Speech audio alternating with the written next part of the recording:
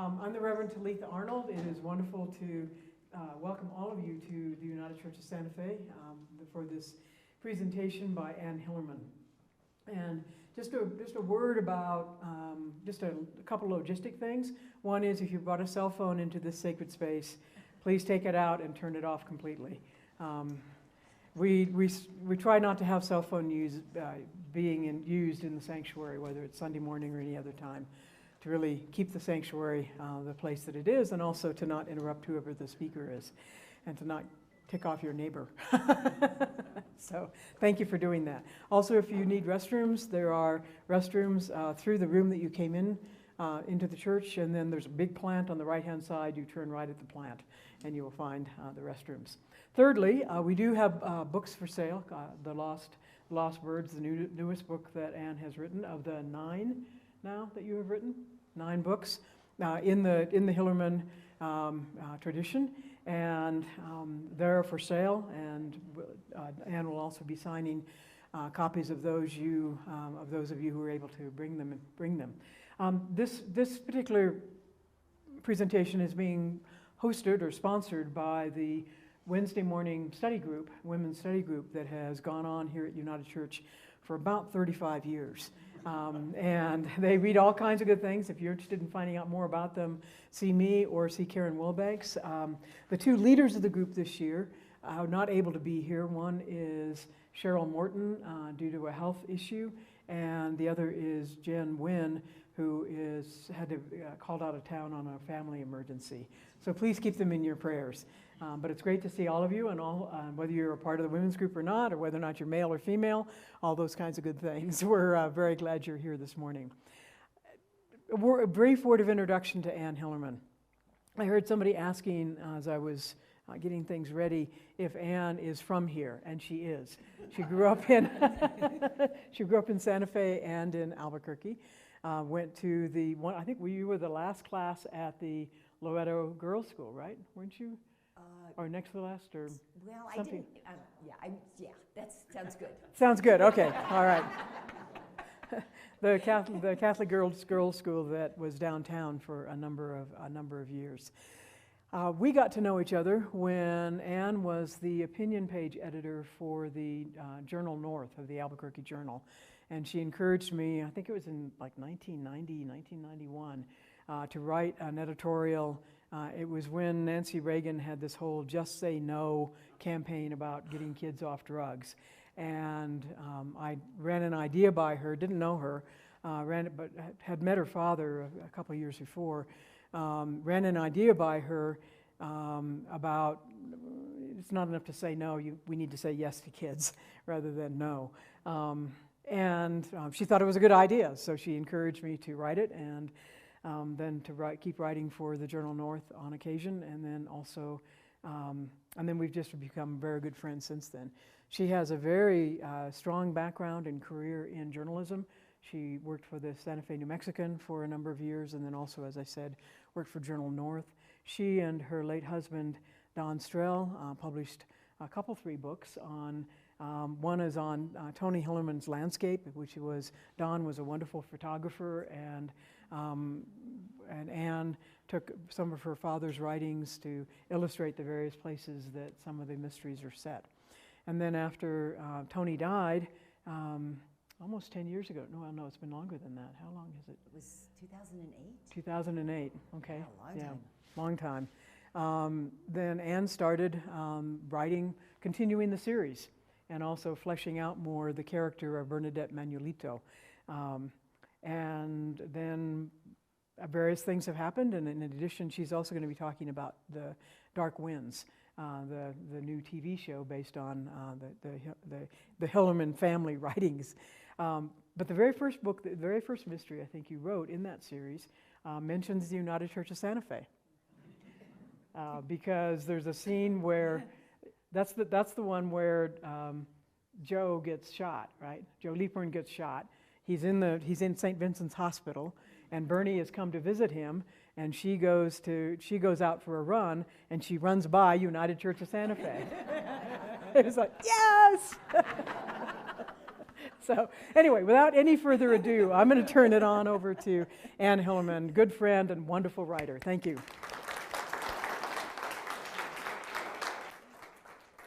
Well, good morning, everyone.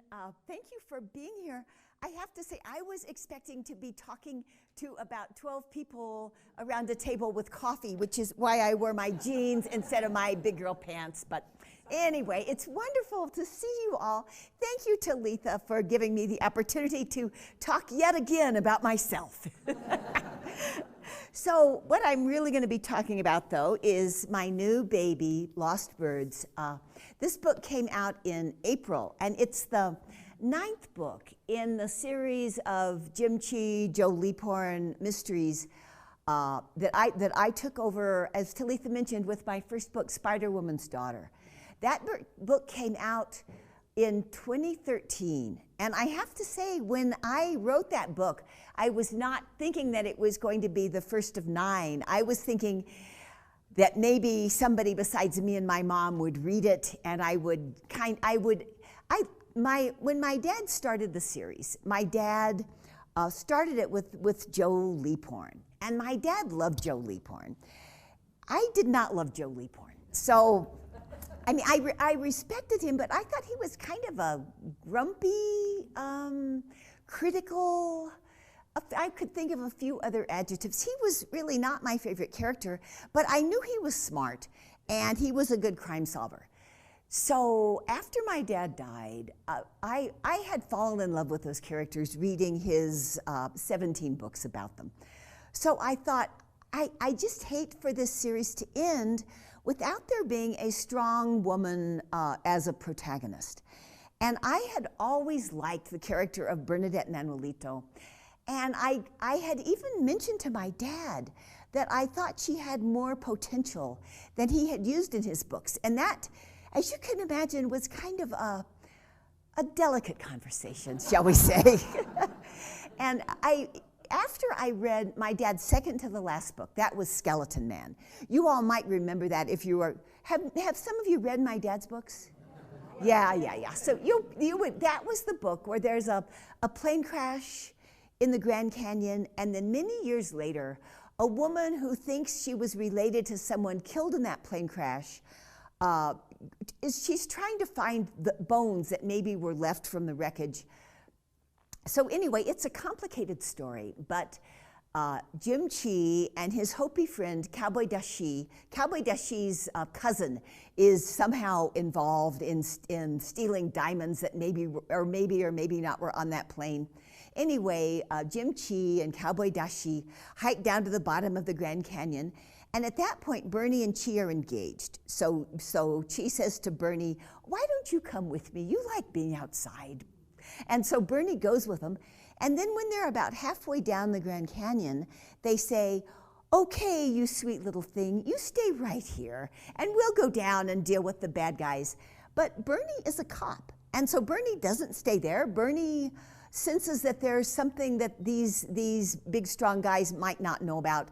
So she hikes down. She finds a woman who's been kidnapped. She finds the bad guys. She finds the stolen diamonds. And she's finally, she's acting like an honest-to-goodness police officer. So as I'm reading this, I'm all excited. But then, because my dad loved those characters with whom he'd started the series, there's a flash flood in the bottom of the Grand Canyon. There's chaos everywhere.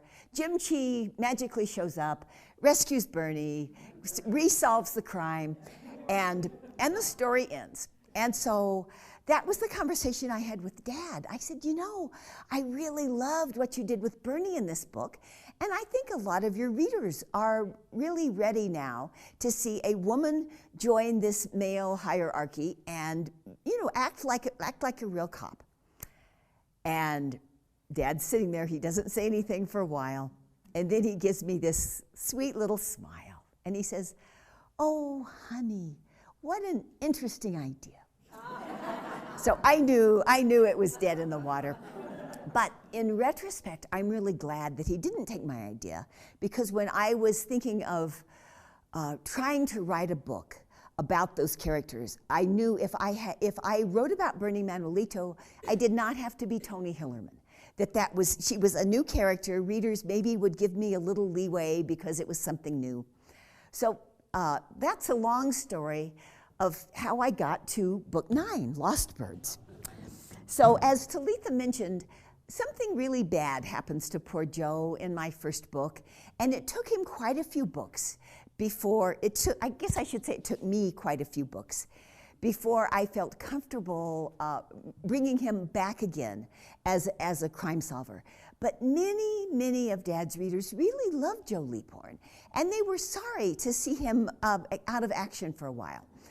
So in The Tale-Teller, I gave Joe a big job. That book involves a weaving that was done when the Navajo people were down at Bosque Redondo. And it was based, there actually were some real weavings that were done during that terrible time of imprisonment. So anyway, that book is based on that story, and Joe does very well. But so I hadn't used him for a long time. And again, several readers had said to me, so are you going to retire Joe Leaphorn? You know, are you kind of done with him? And I thought, well, I don't know if I'm done with him or not, but even if I am done with him, I want to give him a chance to really show what he's got, a chance to be a real crime solver in a good story. So in Lost Birds was inspired by 2 things.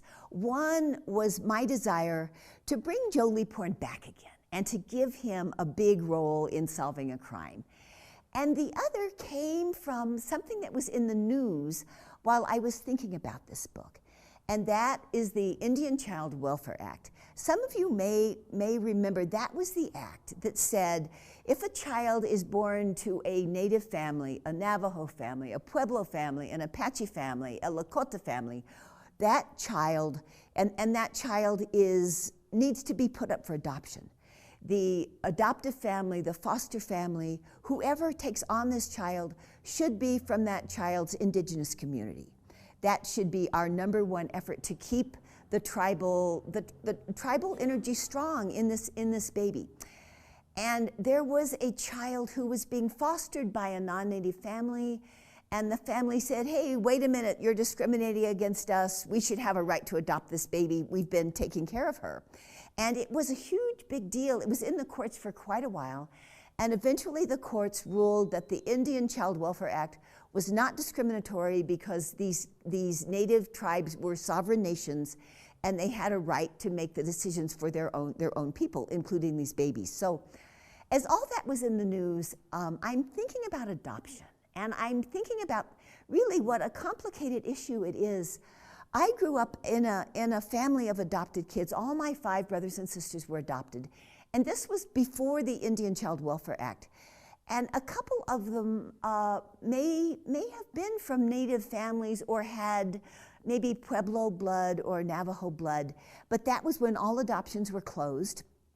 And so my parents didn't know. And one of my brothers eventually did look into it and discovered that his dad had relatives who were from a tribe in Peru. He had been in the Air Force. Anyway, I thought that was kind of interesting. But this gave me the idea, what if there was a woman or a person, what I thought a woman, who thought that she probably was Navajo. People said to her, you look Navajo. And her adoptive parents never talked about it much, and she didn't ever ask them. But after her adoptive mom died, her adoptive mom gave her a picture of what looked like 2 Navajo people on the reservation in an area that's called Elephant Feet. So that was the only clue she had, that maybe she was Navajo. So who would she hire? Well, of course, Joe Leaphorn. I mean, who would be a better private detective to figure this out? So I think cleverly figured out how to work the idea of a person who'd been adopted looking for her natural family, and I gave Joe Leaphorn that job.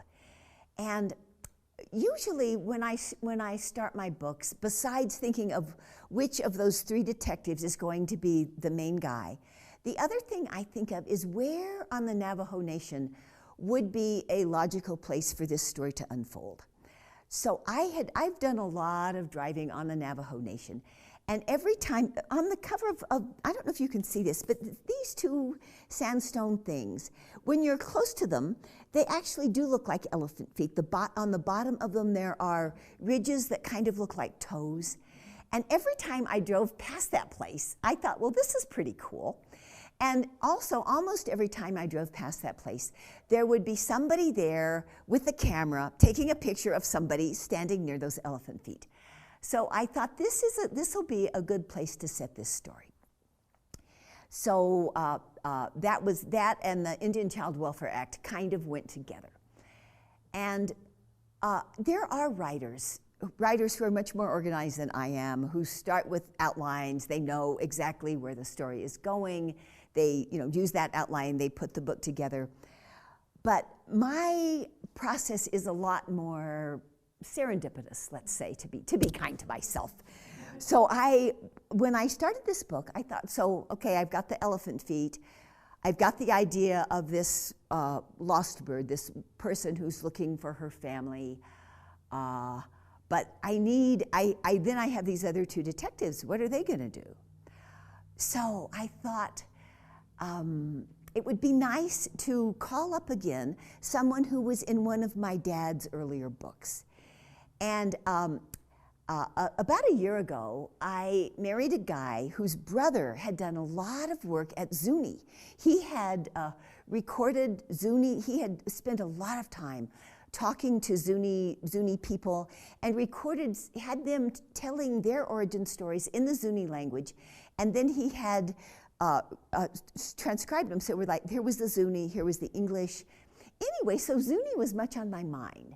And I was remembering my dad's book, Dance Hall of the Dead. I love that book. That book is set at Zuni during Shalako. It concerns a young Navajo boy who's murdered, which is how Joe Leaphorn gets involved. And that Navajo boy had a brother. And the brother is younger. The dad has had a lot of trouble. The mom is out of the picture. So Joe Leaphorn basically, he finds the body of the boy who's been murdered. You all won't remember this if you want to reread Dance Hall of the Dead, so just erase it if you don't want to know how the story comes out. Anyway, one of the boys in there was a guy named Cecil Bowlegs. So I'm thinking, well, a few years have gone by. Maybe I could bring back Cecil as an adult and have him call Joe Leaphorn, now that Joe is a detective, and somehow get Cecil back involved in the story. So I figure, okay, so Cecil obviously has had a hard life. I mean, he grew up in a disrupted family. He was traumatized by this murder early in his life. So chances are he's not going to be working at Los Alamos National Labs as a physicist. He's probably going to have more of a blue-collar job. So I give Cecil, I think, okay, and Cecil, maybe because he's living in this part of New Mexico, maybe he's married to a Navajo woman. So I come up with all of this, and then I think, how could Cecil and Joe Leaphorn make another connection? Crime, obviously. Something has gone wrong in Cecil's life. But I don't want it to be too obvious, so I think maybe instead of murder or total mayhem, it'll just be that his wife is missing. So anyway, that's how I opened the book, and I wanted to read you just a little of this because I have to say I kind of liked it. And it's a funny thing. After my dad died, I was the trustee of his estate. So part of my job was to see, what was in his desk. Were there any savings bonds? Were there any unpublished manuscripts that I could turn over to HarperCollins? And in his desk there was a file, and the label on it was First Chapters. And that file was like the opening to a lot of books, either the books never got written, or by the time the books got finished, they were so different that this first chapter really had nothing to do with how the story evolved.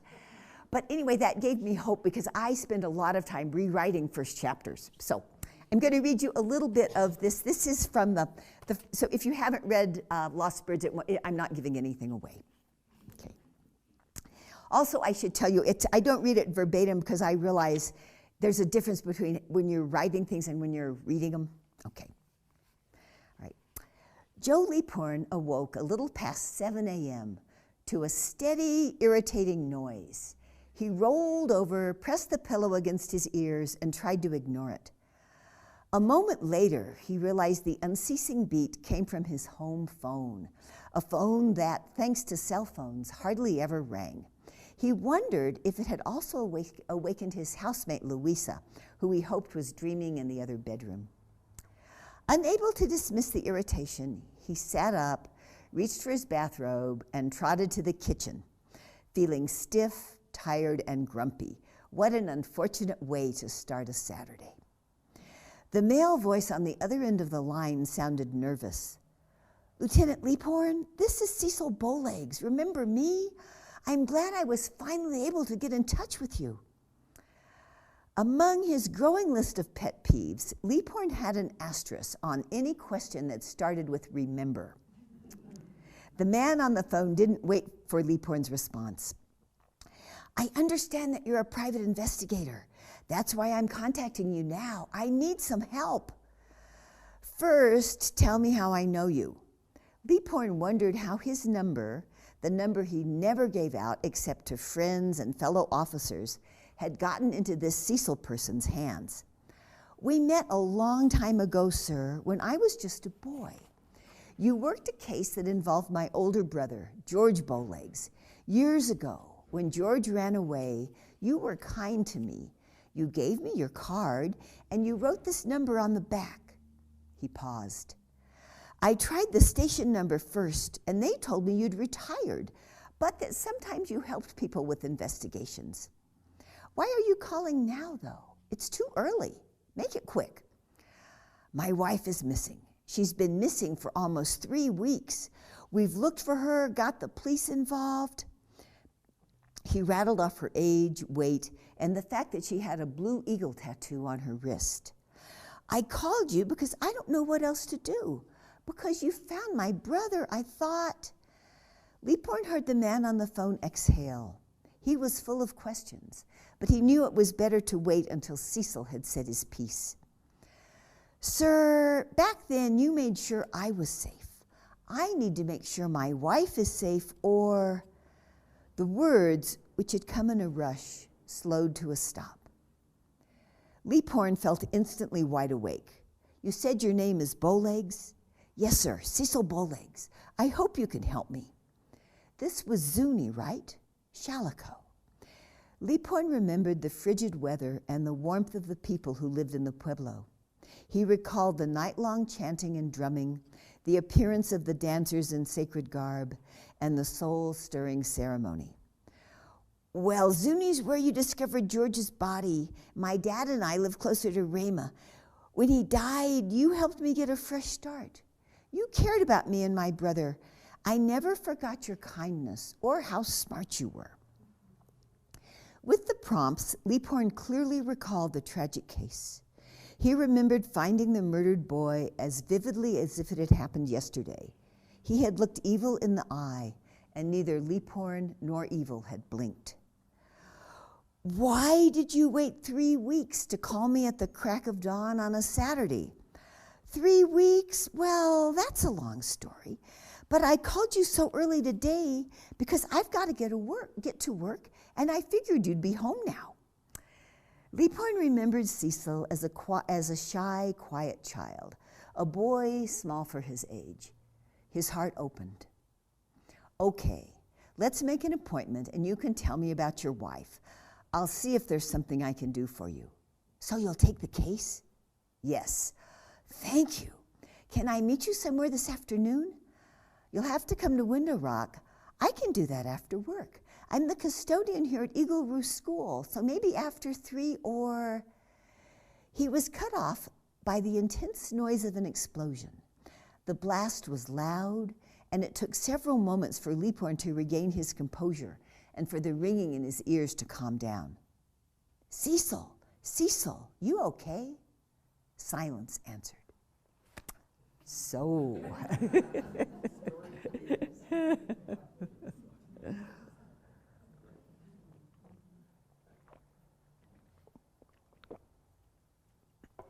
So I think one reason my dad had all those opening chapters, well, probably two reasons. One reason is that, kind of like me, he had that spiral process where he just started writing and saw how the story developed. But I think the other thing is, for all of us mystery writers, part of the convention of the genre is that you need to start off with a bang. You've got to get the reader's attention right away and make them realize something important is going to happen here. So that's what I was trying to do with Lost Birds. So the school explosion story gets to be the Bernadette Manuelito story. And Bernie is the character who really kind of gave me the gumption. I think she and I have sort of grown up together as the series has continued. So I wanted to give Bernie an interesting story to work on. So I think that Lost Birds kind of served that purpose. Lost Birds also gives Bernie a chance to work with some kids, and I hadn't put her in that position before. In this book, I create a couple of Navajo children. Well, one's a teenager and then her brother, and they have a pretty big role in this book. And you know, it's funny, I wasn't really thinking about children and my work until last week. I had an invitation to talk to the Kiwanis Club in Farmington. And one of the Kiwanis' main purpose is to do things that help kids. They do a lot of, like back to school stuff, and they do some international stuff. So as part of that talk, I was thinking of children in Lost Birds. And I realized that besides the kids that Bernie's dealing with, there are some adult children, like the Lost Bird, who have some trouble. So it's been interesting to me. When I first started as a mystery writer, I didn't realize how much interplay there would be between doing talks like this and then ideas that come out that then help me kind of write the next book. So I have to say I'm very grateful to Talitha and to all of you for kind of being willing to listen to me as I ramble on here.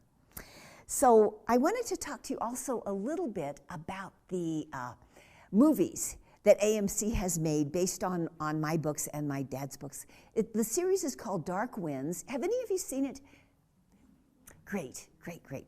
Well, it started out on AMC and now it's on Netflix, where it's getting a lot more viewership. They're showing the first season. They also are going to show the second season. Meanwhile, the third season finished filming. They've been doing a lot of the shooting at the Camel Rock Casino. So they finished filming there, and now they're doing what they call the post-production, where I guess they take out all the parts where the microphone is visible or whatever. I don't know much about it. But I know that, coincidentally, Dance Hall of the Dead is one of the books that they're using sort of as inspiration for the third series, along with Sinister Pig, which is the book where Bernie Manuelito goes down and works for the Border Patrol. So I'm curious about how they're going to put those two stories together, but I admire them for their creativity. They've made a lot of changes in the way that Dad set up the stories. I have to say they've kept my characterization of Bernadette Manuelito as a strong, competent policewoman intact. And when I was nervous. I mean, it's like you send your kid off to school and you think, oh no, is she going to come back with bubble gum in her hair, and is she going to learn 4-letter words? You know, you never know what's going to happen. But I think, and they've made some big changes, but I think all in all, they've captured the hearts of the characters. So, and one change that I really like, in the very, very first episode of the first season, when they introduced Bernadette Manuel, first of all, the series is set in the 70s, and I don't think Bernie was even born. My Bernie was not born in the 70s, but there she is, fully grown, and not only that, she's a sergeant with the Navajo police, and when Jim Chee comes, she gets to be his boss. So I say, you go, Bernie. But anyway, it's been a real interesting experience to see characters who've been living in my brain now reenacted by live people. So, and on the credits, they list me as executive producer, but I have to say the only thing I really had to do with the series was just signing the contract. And I wouldn't have even had to sign the contract because my dad, I love my dad, but my dad was really a terrible businessman. So my dad signed over, when my dad liked Robert Redford, and he thought Robert Redford was a cool guy. So when Robert Redford came to him, gosh, I guess it was in the late 70s, and said, you know, I love these I love Jim Chee and Joe Leaphorn, and I'd like to use them in some movies. Dad said, oh, sure. And he signed a contract which basically gave Robert Redford the right to do whatever he wanted to any book Dad had written until the end of time. So I wouldn't have had to sign anything if I hadn't been continuing the series. But since I was, and since I was the trustee of Dad's work, I got to sign off on it. So because of having my name there as executive producer, I get a lot of emails from people who love my dad's work, and they are offended by changes that the movies have made. I mean, they'll say to me, wait a minute, Emma Leaphorn, this Joe's wife, is she supposed to be dead? And here she is, she's working in a hospital. And then they say, Joe and Emma never had any kids, and in the movie they gave him a son, and then they kill him off. And I mean, it's, and the big thing, they say, and Jim Chee never worked for the FBI. Like, how dare they do this? And I just have to say, well, you know, the books are still the books. The stories you loved are still there, intact, and you can read them as many times as you want. And movies are movies, and some of the changes they made are really creative. And some of them I wouldn't, if I had had veto power, I wouldn't have vetoed it, but I would have tried to talk them out of it maybe. But in the end, they're the experts with movies. And I'm really happy they have used Native writers, including a Navajo woman named Desba, who also works at Northern Community College up in Espanola. And another woman, the woman who plays Emma Leaphorn, is a Navajo who lives in Albuquerque. And in the movie, she looks like she's about 45, but actually she's gorgeous, and she's about 30, and she's got a little kid. Anyway, it's been really fun for me to learn more about the whole process of taking a story and turning it into something that's on the screen. So they invited my husband and me to go out and see the filming. This was the very last scene of the very last episode of season 3. So we get out there about 11, and then we have lunch, and then they're setting things up, and then the wind is blowing, and then they take it down, and then they're setting it up. And finally, we were probably there until 3:30, and the scene that they filmed, I bet it was less than a minute. And I mean, it was a nice scene. It's when Bernie is coming back. She's driving her old 1970s, whatever it is, turquoise car, and Jim Chee is there feeding her horses. And they exchange this look, and that's the whole scene. And I'm thinking, holy smokes, I could have written that in 30 words, and I've been here all day for them to do this. And my husband, who had a lot of experience in video, he was totally impressed with how smooth everything went. But I thought, this is why I would rather write books than write movies. So I want to read you just a little bit more, and I hope you all are thinking of some questions for me, because I always love to hear what readers have to say and what's on your mind. So my practice in my books, usually I get to the end and then I realize, oh yeah, there was that thing that I didn't wrap up, and this little detail that readers might ask about. So I usually have my 3 characters, and maybe I'll invite Louisa Bourbonnais too, but the 3 main characters get together and kind of talk things over. So that's what's happening here. Leaphorn is at Bernie and Chee's house. Okay. Bernie and Chee both noticed that Leaphorn seemed somehow changed, more thoughtful perhaps. They asked him about it. That experience, well, it gave me a lot to think about. When Largo and I were out there acting like 2 patrol cops, Largo said, "We're too old for this stuff, Joe. It could kill us." Leaphorn straightened in his chair. "I think he's right." "What?" Bernie couldn't hide her surprise. "I don't think of you as old." Chee smiled. "Mature, maybe, and grumpy sometimes, but we're all used to that. We need you around here." Leaphorn watched the river for a moment longer, noticing the emerging green along the banks, prompted by the warmer days of late April and the moisture it had left. "I'm not planning on checking out anytime soon, but I know the road I've been on is longer than what lies ahead for me. If I'm going to make a change, there's no time to waste. The detective work that Cecil Bowlegs needed was hard on me, physically and mentally.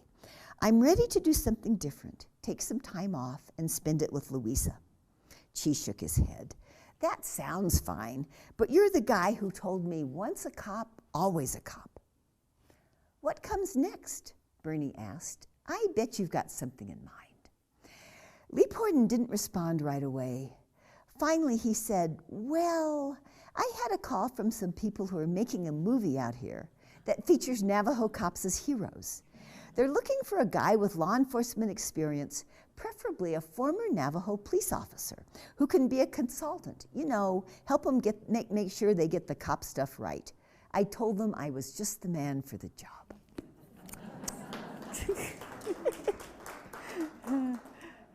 So I think Joe Leaphorn would do well in a job like that.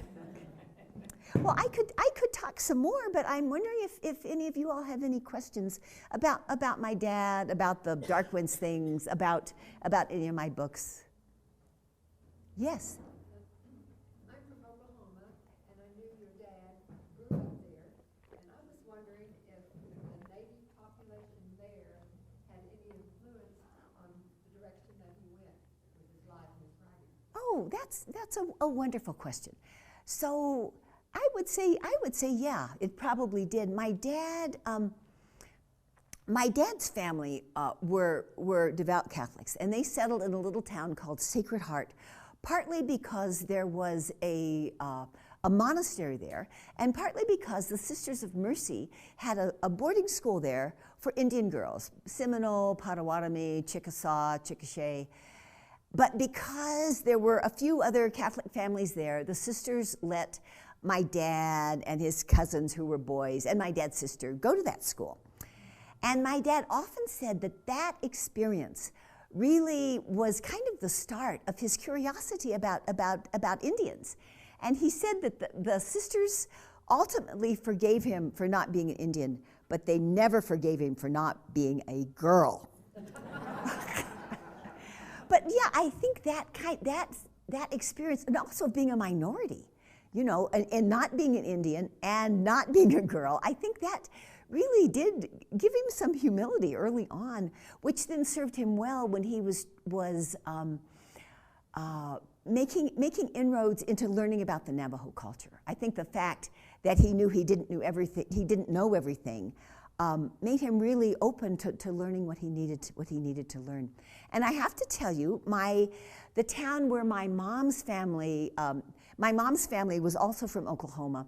They were German immigrants, and they established the first business in Oklahoma after Oklahoma was not Indian country. Anyway, that little town is called Shawnee, and the Shawnee Public Library is erecting a memorial in honor of my dad. They're making him like an Oklahoma famous citizen or something in March, and I'm going to go and talk about my dad, and I'm really thrilled about that. And the other good thing that's happening in Oklahoma, there's something called the Will Rogers Award, which honors people who kind of keep the spirit of the West alive. And they have honored Lost Birds with the Will Rogers Medallion, and I'm going to present it to my book in October. So thank you for giving me a chance to brag on myself.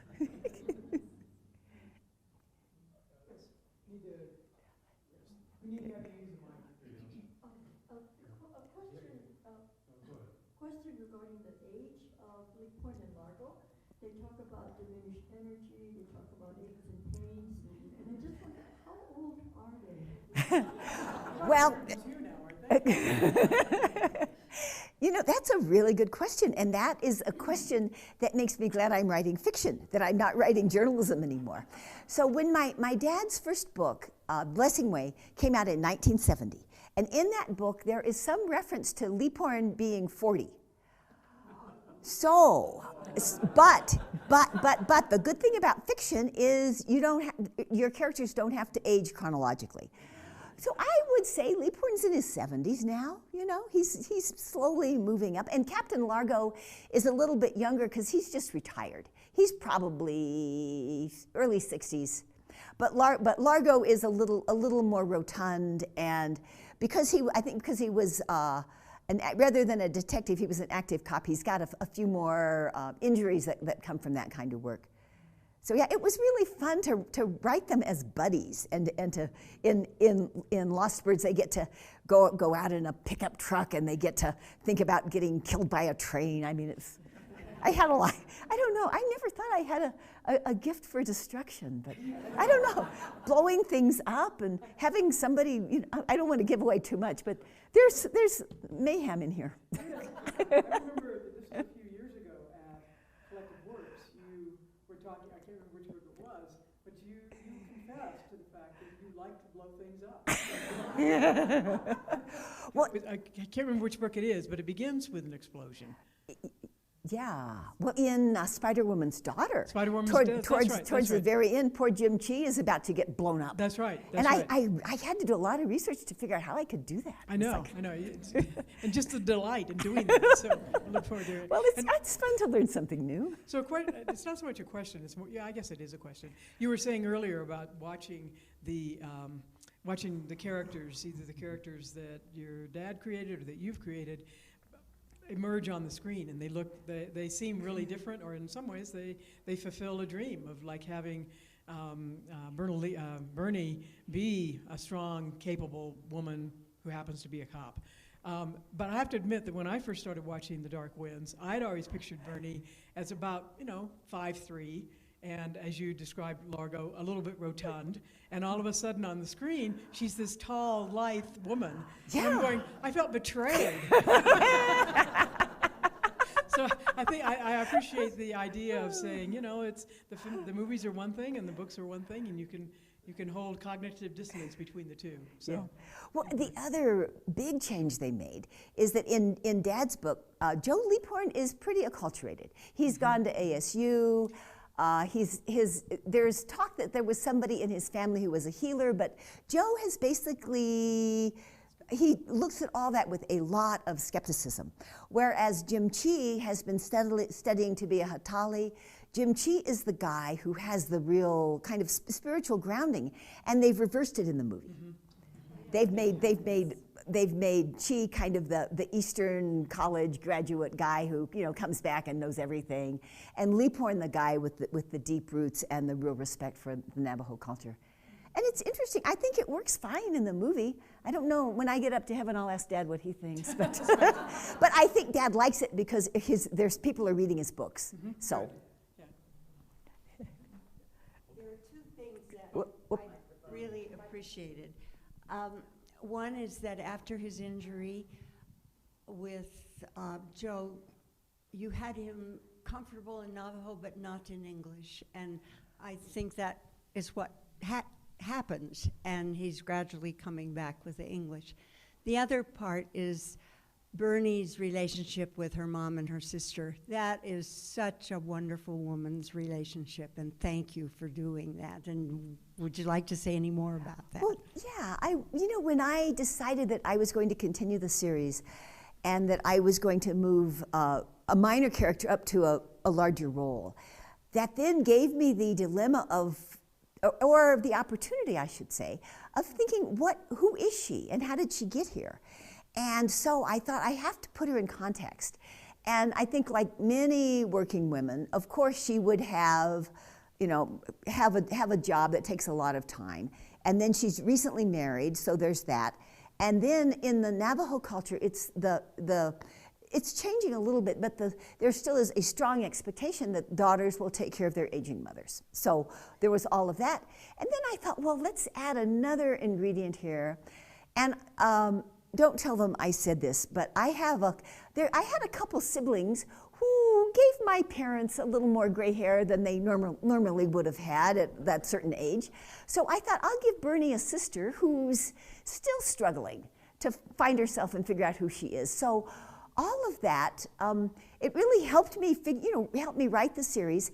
And I was glad that my dad hadn't done that, because it really opened some new opportunities for me. So thank you for that. There's Pat, Phil, and who else is here?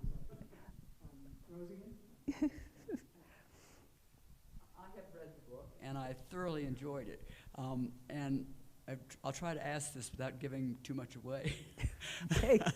At the end, I said, "Oh, is this the end, or what am I supposed to think about what's going to happen next?" And I don't know if you're ready to respond to that, but it was like, Well, you know, when you're writing a series, you do want to have what they call teasers. So people will think, whoa, okay, so is she going to pick that up again in the next book? And I don't want to say too much about it, but I'm glad you noticed.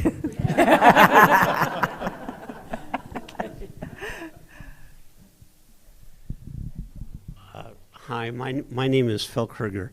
Hi. Hi. One of the aspects of current, I guess, literary criticism that I have found dismaying is the line of argument that goes, people from the dominant culture should not be writing main characters or substantial characters who are oppressed minorities, or in the case of men writing about women, oppressed majority.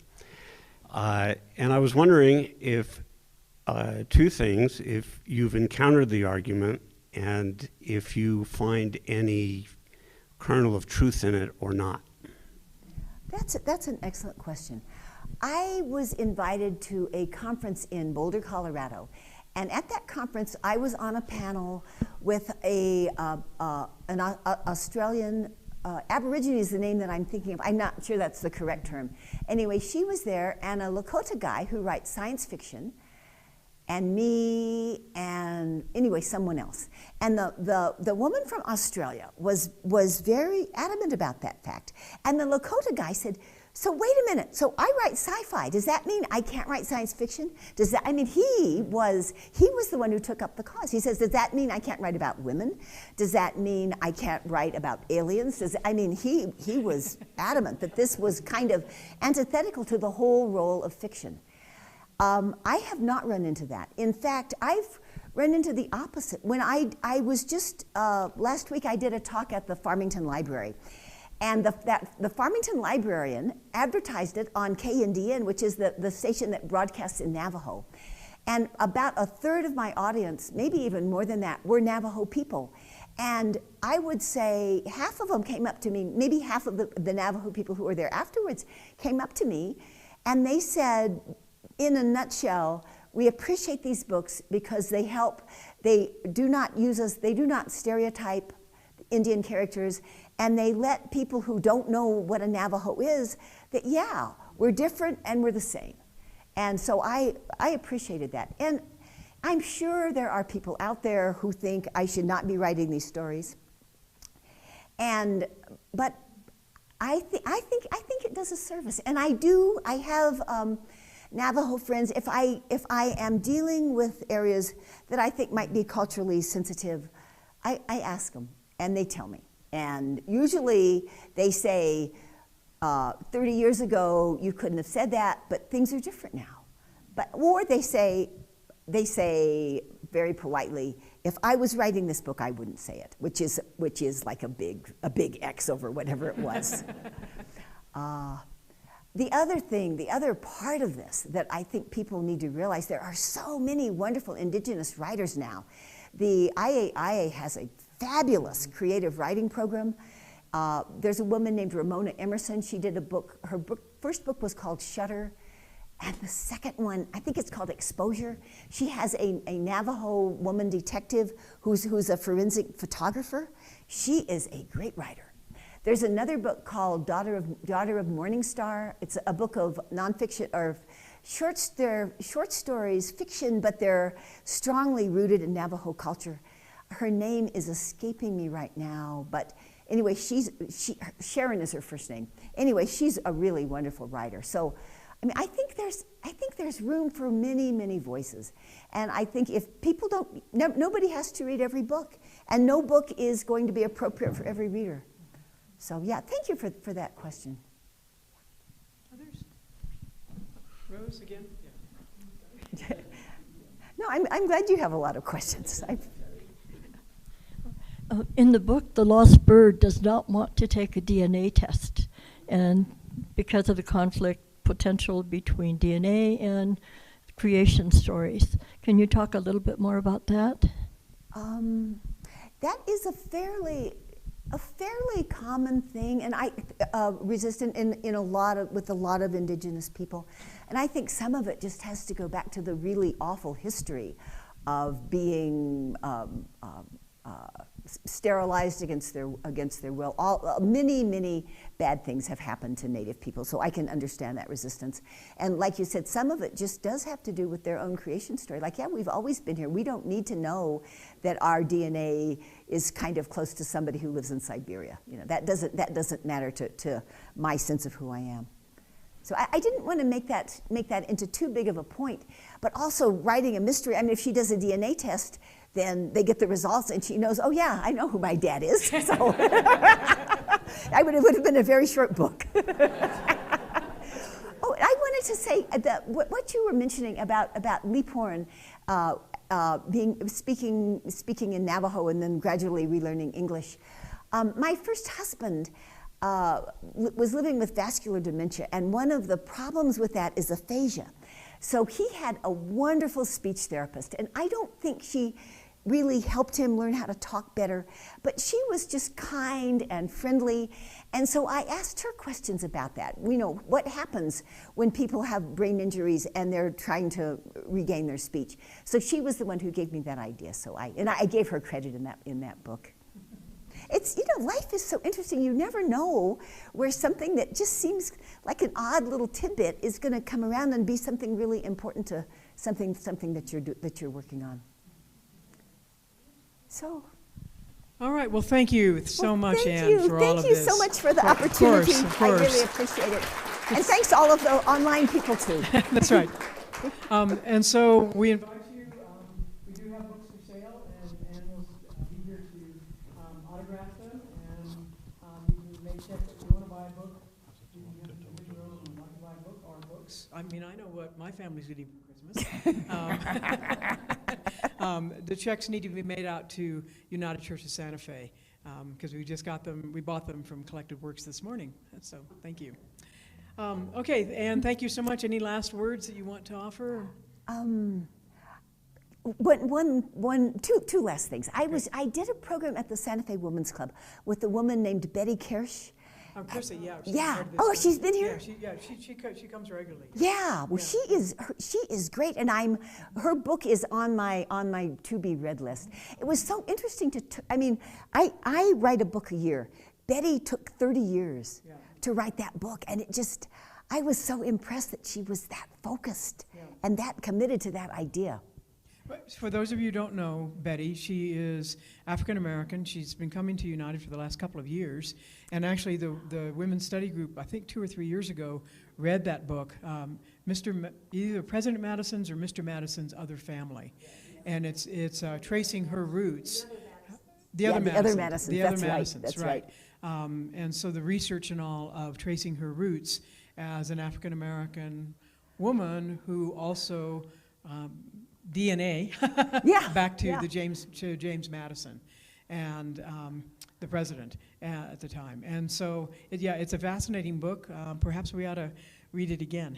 But Betty Betty's a wonderful person. She's actually I think she was a pediatrician. That's right, in Boston for 30 years. Yeah. Right, and it's been an adjustment for her to move out to Santa Fe. Her husband wanted to move out here. She didn't particularly want to move out, but she's done some wonderful things. I was so glad that you guys did that workshop together. Yeah, it was really fun. So anyway, all right. Well, thank you all very much, and thank you Elijah and Frank for the live stream. Thank you for the live stream group, and thank you, Anne. And thank you all for being here today.